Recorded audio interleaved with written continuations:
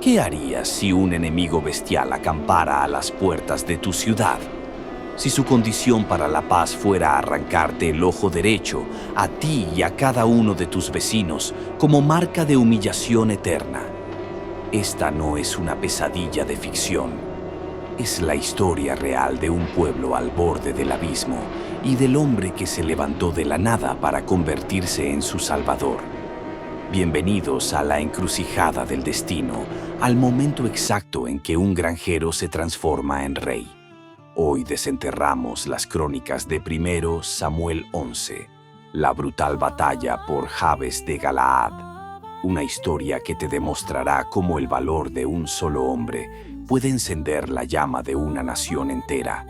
Quédate, porque lo que estás a punto de descubrir no es solo un relato de guerra, es la génesis del poder. En las tierras de Jabes de Galaad, el aire se había vuelto irrespirable. No por el calor del desierto, sino por el frío del miedo. Nahas, el cruel rey de los amonitas, cuyo nombre susurraba terror en los corazones, había rodeado la ciudad con su ejército. Sus tiendas de campaña, como una plaga sobre la tierra, eran el presagio de una muerte segura. Los ancianos de Jabes, desesperados, intentaron negociar. «Haz un pacto con nosotros», suplicaron, «y te serviremos». Pero la respuesta de Nahas fue un veneno destilado en palabras, una afrenta diseñada no solo para conquistar, sino para quebrar el espíritu de Israel para siempre. Con esta condición haré pacto con ustedes, que a todos ustedes les saque el ojo derecho y ponga esta afrenta sobre todo Israel. No quería sus vidas, quería su dignidad.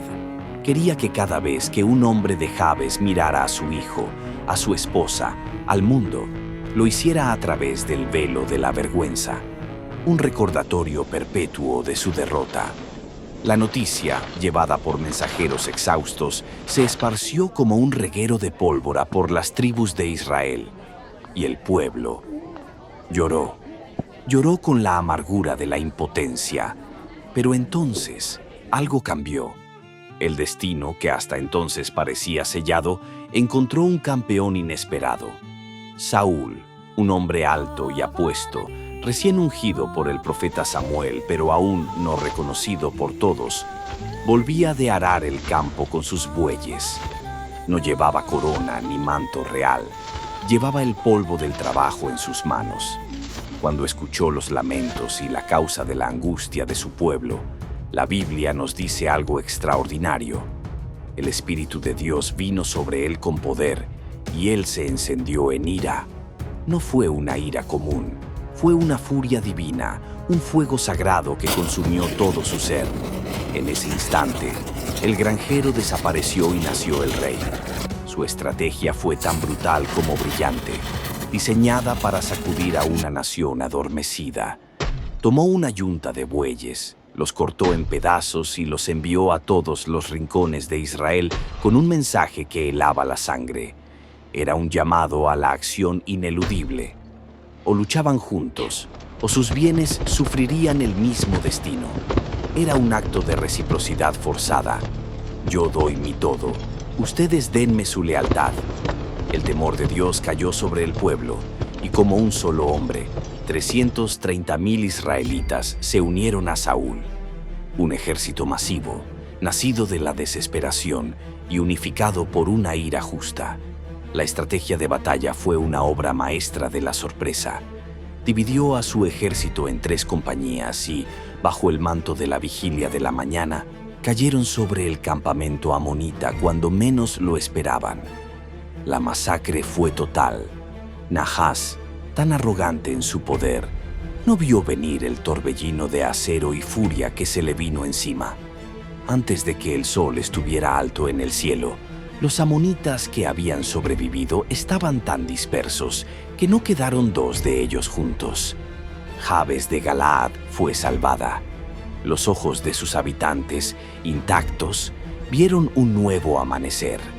Pero la victoria más grande no fue en el campo de batalla, fue en los corazones del pueblo.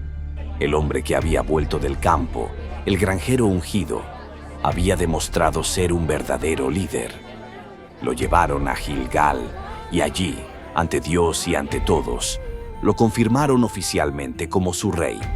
Esta historia nos enseña una verdad eterna. El verdadero liderazgo no nace de la autoproclamación, sino de la acción en el momento de mayor necesidad. Saúl no pidió ser rey en ese momento. Se convirtió en rey cuando defendió a los indefensos y unificó a los divididos. Quizás tú no enfrentas un ejército amonita, pero todos tenemos nuestras propias Jabes de Galaad. Situaciones que parecen imposibles. Imagínate vivir el peor día de tu vida. Un día donde todo lo que has construido se desmorona, tus seres queridos caen y la esperanza se extingue por completo. Hoy, no solo te voy a contar la historia de un rey que vivió exactamente eso, sino que te revelaré cómo sus errores, esos mismos que lo llevaron a la oscuridad, pueden ser tu mapa para evitar las peores caídas en tu propia vida. ¿Estás listo para confrontar el final más trágico de la Biblia y descubrir su poder transformador? Hola, comunidad de fe. Este es tu canal Honrar a Dios, y estoy aquí para sumergirnos juntos en las profundidades de la palabra, buscando esas verdades eternas que resuenan en nuestro presente. Hoy nos enfrentamos a una de las narrativas más sombrías, pero instructivas de las Escrituras: la derrota y muerte del rey Saúl en el monte Gilboa. Una historia que, aunque antigua, grita verdades atemporales sobre la obediencia, la soberbia y las consecuencias de alejarse del plan divino. Prepárense, porque esta no es solo una clase de historia. Es un espejo que nos muestra dónde estamos y hacia dónde nos dirigimos. Para entender la magnitud de esta tragedia, debemos retroceder un poco. Saúl, el primer rey de Israel, ungido por Samuel, comenzó con promesa y humildad. Pero el poder, la impaciencia y, lo más crucial, la desobediencia, comenzaron a corroer su corazón. ¿Recuerdan esa escena cuando Saúl, impaciente por la llegada de Samuel, decide ofrecer él mismo el holocausto, usurpando un rol que no le correspondía? Esa fue una grieta profunda en su relación con Dios. Y de ahí en adelante, la grieta se hizo abismo. El problema de Saúl no fue solo una serie de malas decisiones. Fue un patrón de desobediencia persistente y un corazón que se endurecía. La negativa a destruir completamente a los amalecitas, la retención de lo mejor del botín bajo la excusa de honrar a Dios, cuando en realidad era autoexaltación. Todo ello eran síntomas de un alma desconectada de su fuente. Y aquí es donde la historia se vuelve crucial. Imaginen a Saúl, un gigante físico, pero un enano espiritual. Su mente, una vez guiada por el Espíritu, ahora estaba turbada. La Biblia nos dice que un espíritu malo de parte de Dios lo atormentaba. Esto no es una broma. Piensen en la desesperación, la paranoia, la constante sensación de estar perdido. ¿Alguna vez se han sentido así? Desconectados, sin rumbo, a pesar de tener todo lo externo. Ese era Saúl. Y aunque David ya había sido ungido en secreto, Saúl se aferraba a su trono con uñas y dientes, persiguiendo al hombre conforme al corazón de Dios con una furia irracional. Pero, ¿por qué insistía Dios en reemplazarlo? ¿Qué era tan grave en la desobediencia de Saúl?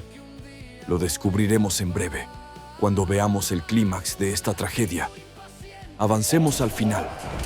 El escenario está listo. Monte Gilboa. De un lado, los filisteos, con una fuerza arrolladora, listos para la aniquilación. Del otro, el ejército de Israel, liderado por un rey Saúl consumido por la desesperación. Este no era el Saúl que ungió Samuel. Este era un hombre que había perdido el favor de Dios, que había buscado consejo en una adivina en Endor la noche anterior a la batalla. Una abominación a los ojos de Dios. La batalla es brutal. Los israelitas son masacrados. Los hijos de Saúl caen uno a uno. incluyendo al noble Jonatán. Imaginen el grito de un padre al ver a sus hijos morir a su alrededor, uno tras otro. Podríamos incluso recrear el sonido de las espadas chocando y los gritos de guerra. El silencio entre los golpes de espada. El horror en los ojos de Saúl. Saúl mismo es gravemente herido por los arqueros filisteos. Humillado, desesperado, sin esperanza de escapar de la captura y la tortura, le pide a su escudero que lo mate. Pero el escudero se niega. Y es entonces cuando el primer rey de Israel toma su propia espada y se quita la vida. Un final trágico para un reinado trágico. La derrota es aplastante. El reino entra en caos. Los filisteos toman posesión de ciudades israelitas. La cabeza de Saúl y su armadura son llevadas a sus templos como trofeos. ¡Qué mensaje tan poderoso para aquellos que desobedecen a Dios! Un rey, una vez lleno de gloria, termina como un trofeo enemigo. El porqué detrás de la tragedia. Pero aquí viene lo crucial. ¿Qué podemos aprender de este final tan desolador? No estamos aquí para juzgar a Saúl, sino para aprender de su experiencia. Esta historia no es solo un relato de antaño. Es un manual de advertencia para cada uno de nosotros, cristianos creyentes, que vivimos en un mundo que constantemente nos tienta a desobedecer, a confiar en nosotros mismos, a buscar atajos. La caída de Saúl nos revela verdades inmutables sobre el liderazgo, la obediencia y la voluntad de Dios. Permítanme desglosar 3 lecciones vitales que podemos extraer de esta tragedia. La obediencia total es crucial, no la obediencia parcial. Saúl fue descalificado no por una desobediencia gigantesca inicial, sino por una serie de pequeñas desobediencias, por hacer las cosas a su manera, en lugar de a la manera de Dios. Él creyó que podía ofrecer un sacrificio, que podía perdonar a Agag y guardar el botín, justificando sus acciones. Pero Dios busca un corazón totalmente rendido, no excusas. Imagina ser el héroe del momento. Acabas de derribar a un gigante invencible. Te aclamaron como un dios. Pero esa misma noche, la semilla de tu destrucción fue sembrada por la única persona que debía protegerte. ¿Qué pasa cuando la envidia de un rey es más peligrosa que el arma de tu enemigo más grande? Hoy, desenterraremos una de las tragedias más humanas de la historia, una que te hará cuestionar el verdadero costo del poder y la traición. Somos Honrar a Dios, y en este canal desentrañamos las profundidades de las historias que han moldeado civilizaciones para encontrar verdades atemporales. La victoria de David sobre Goliat no fue solo un milagro, fue el inicio de una saga de proporciones épicas que revelaría las facetas más oscuras y luminosas del alma humana. Hoy nos sumergiremos en el primer libro de Samuel, capítulo 17, para entender cómo un momento de gloria se transformó en el preludio de una persecución implacable, teñida de envidia, paranoia y la lucha por el poder. Prepárense, porque esta historia nos mostrará el verdadero precio de la corona. La historia comienza en los días en que el pueblo de Israel estaba en constante lucha contra los filisteos. Saúl, el primer rey de Israel, un hombre alto y de porte imponente, llevaba sobre sus hombros el peso de un reino joven y de un pueblo hambriento de victorias.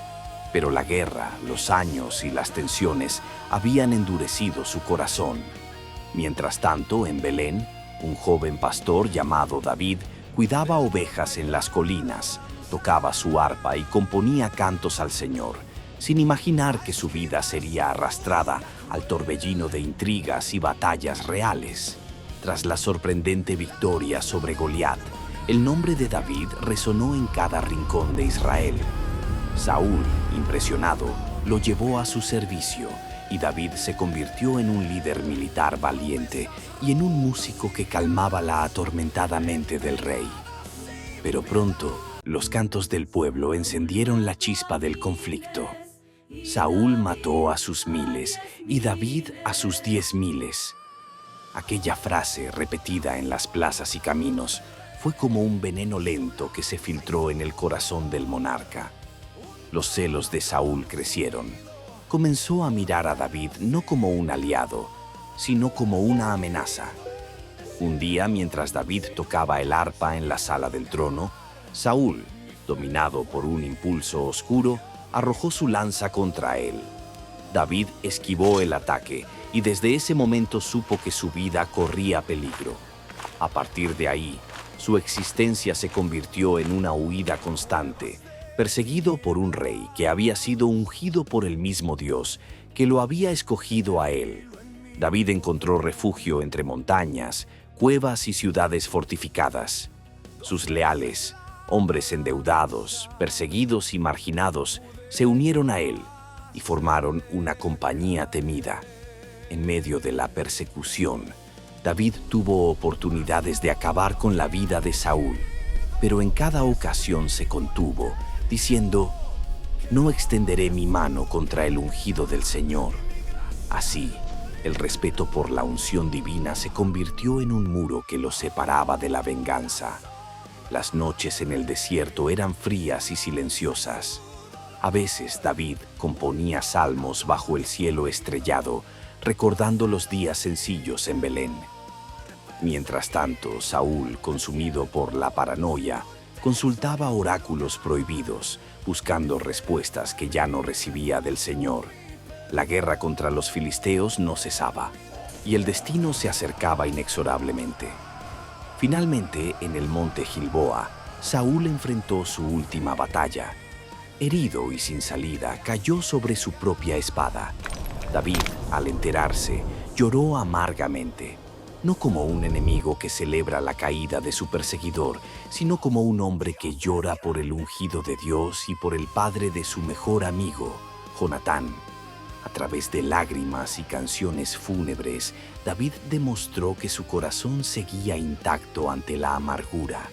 Esta es la historia de dos hombres unidos por la unción divina, separados por los celos y el miedo, y de cómo la mano de Dios guió cada paso, incluso en medio del conflicto y la traición. La historia de David y Saúl no es solo un relato de la antigüedad, es un espejo que nos confronta con las verdades más crudas de la naturaleza humana. Nos enseña que el poder sin sabiduría puede corromper el alma, que la envidia puede destruir a quien la alberga, y que la grandeza verdadera no reside en el trono, sino en la capacidad de perdonar, de mantenerse íntegro frente a la adversidad. La tragedia de Saúl es un recordatorio sombrío de lo que sucede cuando permitimos que la inseguridad y los celos nos definan. La gracia de David, su resiliencia y su fe son un faro de esperanza que trasciende el tiempo. La verdadera victoria de David no fue solo contra Goliat, sino contra la amargura y el odio que Saúl le ofreció. Ahora, me gustaría saber tu opinión.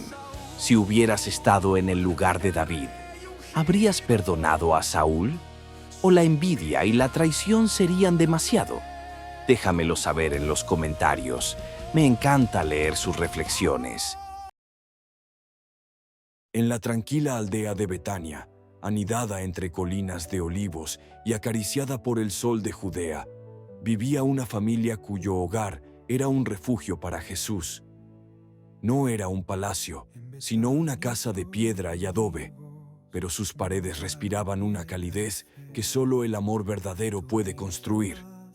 Allí vivían Marta, de manos trabajadoras y corazón diligente; María, de alma contemplativa y mirada profunda; y su hermano Lázaro, un hombre cuya risa era tan sincera como el pan que compartían.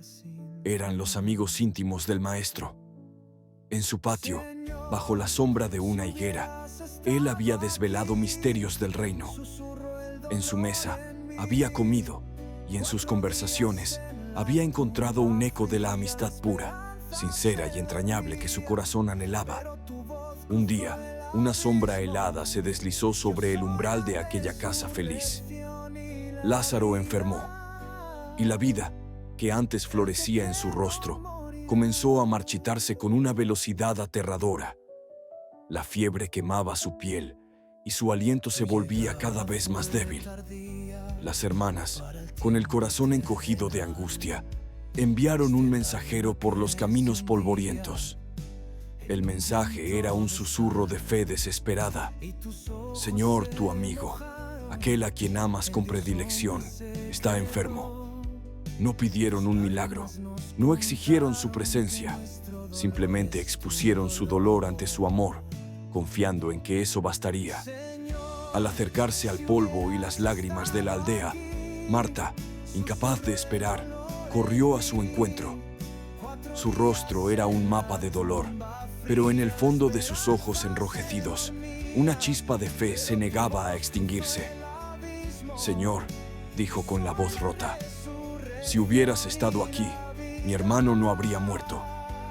Y entonces, aferrándose a un último hilo de esperanza, añadió, pero aún ahora, en este abismo, sé que todo lo que pidas a Dios, Él te lo concederá.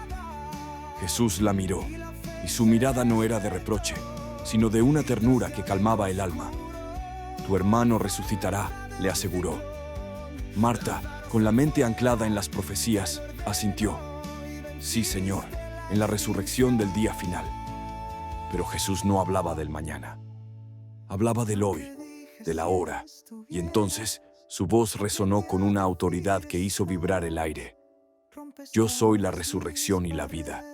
El que cree en mí, aunque muera, vivirá. ¿Crees esto? Marta, con lágrimas surcando su rostro, lo miró y declaró, sí, Señor. Yo creo que tú eres el Cristo. Luego, María llegó, consumida por el dolor.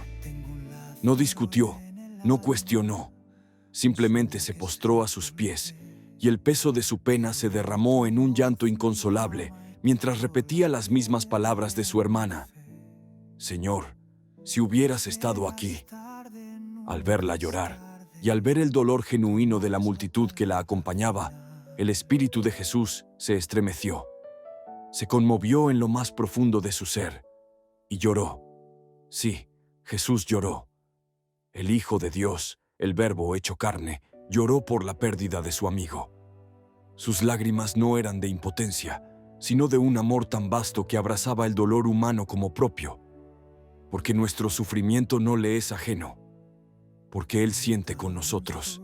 Con el eco del llanto aún en el aire, Jesús caminó con paso decidido hacia el lugar de entierro.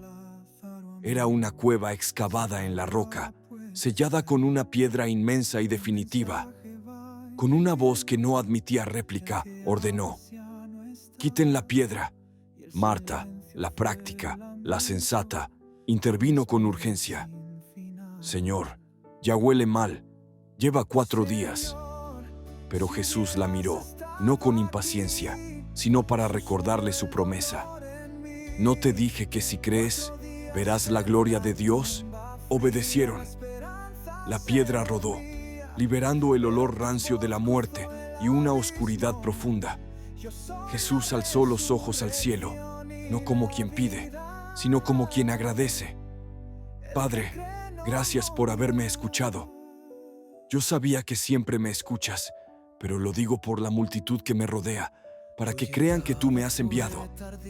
Entonces, tomando aliento, su voz resonó como un trueno, una orden que desafió las leyes de la naturaleza y del tiempo. «Lázaro, levántate». Y el imposible sucedió. Ante los ojos atónitos de la multitud, desde la negrura de la tumba, una figura se movió. Era Lázaro, envuelto en los lienzos de su mortaja, con el rostro aún cubierto por el sudario. Caminó, torpemente, pero caminó. Lázaro vivía. El llanto de las hermanas se transformó en un grito de júbilo que rasgó el aire. La desesperanza fue aniquilada.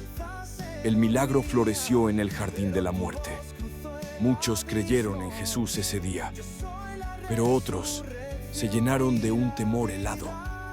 Corrieron a llevar la noticia a los líderes religiosos, y fue entonces, ante la prueba irrefutable de su poder, que estos, cegados por el miedo a perder su autoridad, comenzaron a tramar la muerte de Jesús, porque el milagro de Lázaro no solo devolvió una vida, cambió el curso de la historia. Pero hoy, la pregunta resuena para ti. ¿Tienes un Lázaro en tu vida? Un sueño olvidado, una relación rota, una esperanza enterrada bajo la pesada piedra de la resignación. Hoy, Jesús está frente a tu tumba.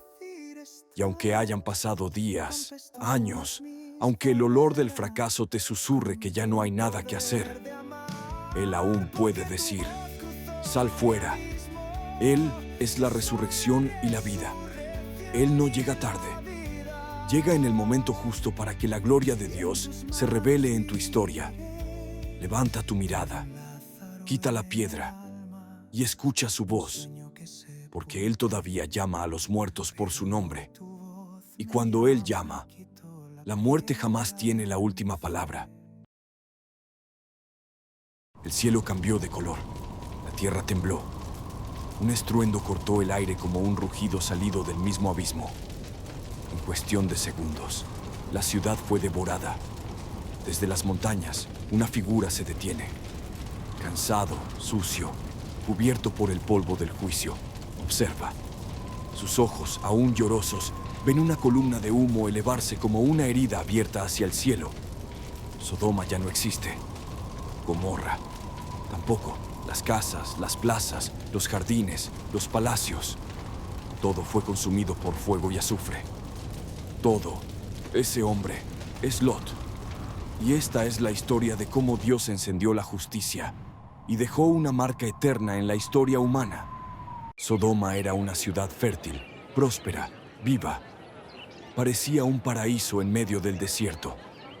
Las fuentes brotaban entre los jardines. Las casas estaban llenas de lujos y la risa de sus habitantes resonaba hasta entrada la noche. Desde afuera era una joya. Por dentro, una grieta profunda y oscura crecía. La maldad no era un accidente en Sodoma, era su cultura.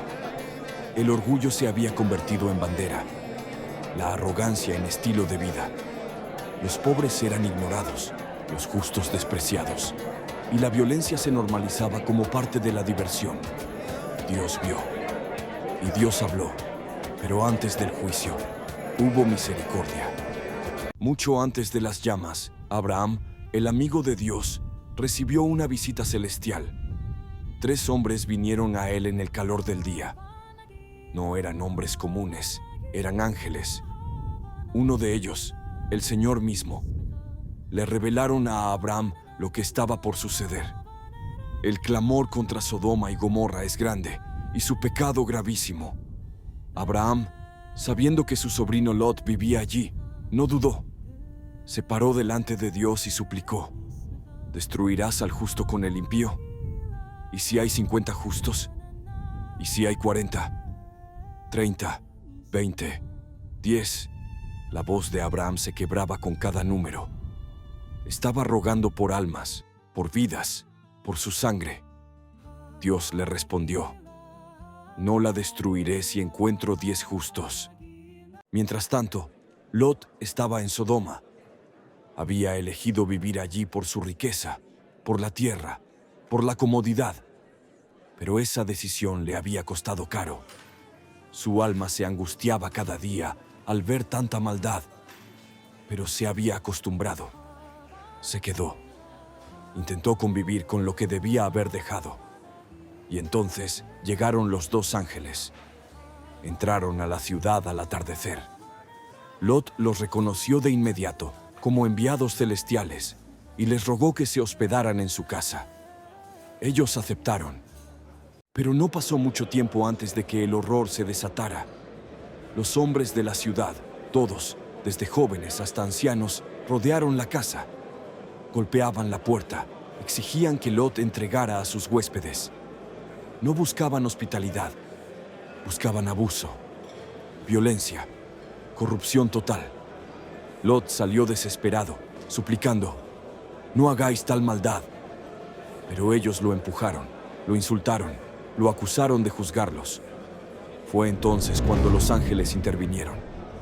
Tiraron de Lot hacia adentro, cerraron la puerta y cegaron a los atacantes. Confusión, gritos, caos. Los ángeles hablaron claro. ¿Tienes alguien más aquí? Hijos, hijas, yernos. Sácalos, porque vamos a destruir este lugar. Lot corrió donde sus yernos, pero lo tomaron por loco. Se rieron, lo ignoraron. El amanecer se acercaba. Los ángeles apuraron a Lot, a su esposa, a sus 2 hijas. ¡Rápido! ¡Huye por tu vida! No mires atrás, no te detengas. Era una orden directa. Era la única esperanza. Y mientras escapaban por las laderas hacia la pequeña ciudad de Zoar, sucedió. Desde el cielo descendió fuego. No una chispa, no una tormenta común. Era juicio divino. Lluvia de fuego y azufre cayó sobre Sodoma y Gomorra. Las montañas se sacudieron. El valle se llenó de humo y de muerte. El pecado había alcanzado su punto máximo. Y Dios, que es lento para la ira, pero justo en juicio, actuó. Pero algo terrible ocurrió. La esposa de Lot miró atrás. No era solo curiosidad, era deseo, era nostalgia por lo que Dios estaba destruyendo. Era el corazón volviéndose hacia lo prohibido, y al instante se convirtió en estatua de sal, una advertencia silenciosa, una señal para todos los que, aún huyendo del mal, lo siguen amando en secreto. Desde la cima del monte, Lot se detuvo. Detrás de él, el valle ardía. Delante, un futuro incierto, pero vivo. Las ciudades desaparecieron. La risa malvada se apagó. El lujo, la arrogancia, la inmoralidad, todo quedó bajo cenizas. Hoy, miles de años después, el nombre de Sodoma sigue vivo. No como un símbolo de gloria, sino como una advertencia. Jesús mismo la mencionó. Dijo que si ciertas ciudades hubieran visto los milagros que Él hizo, se habrían arrepentido más rápido que Sodoma. Pedro habló de ella como ejemplo para los impíos. Judas dijo que fue puesta como escarmiento del fuego eterno. ¿Y tú? Estás mirando hacia atrás como la esposa de Lot. Te has acomodado entre las calles de Sodoma, mientras tu alma se contamina poco a poco. Estás negociando con el pecado, pensando que aún tienes tiempo. Este relato no es solo historia, es un llamado urgente. Porque así como el fuego descendió entonces, Jesús advirtió que habrá un día en que el Hijo del Hombre vendrá. Y será como en Sodoma. Comían, bebían, compraban, vendían, plantaban, edificaban.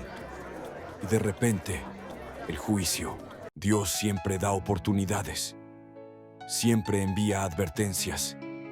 Siempre extiende su mano primero.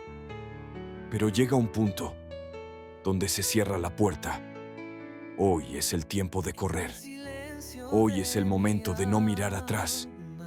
Hoy es el día de elegir la vida antes de que arda todo lo demás. Si esta historia tocó tu corazón, si sentiste el llamado de Dios en medio del fuego, si sabes que es tiempo de dejar atrás lo que no agrada al Señor, entonces no te vayas sin compartir este mensaje. Hay muchos allá afuera que aún están viviendo en Sodoma y necesitan escuchar que la gracia de Dios todavía está llamando. Suscríbete para recibir más mensajes que despiertan el alma. Comparte este video con alguien que necesita huir del pasado. Y activa la campana, porque vienen más historias que te hablarán directo al espíritu.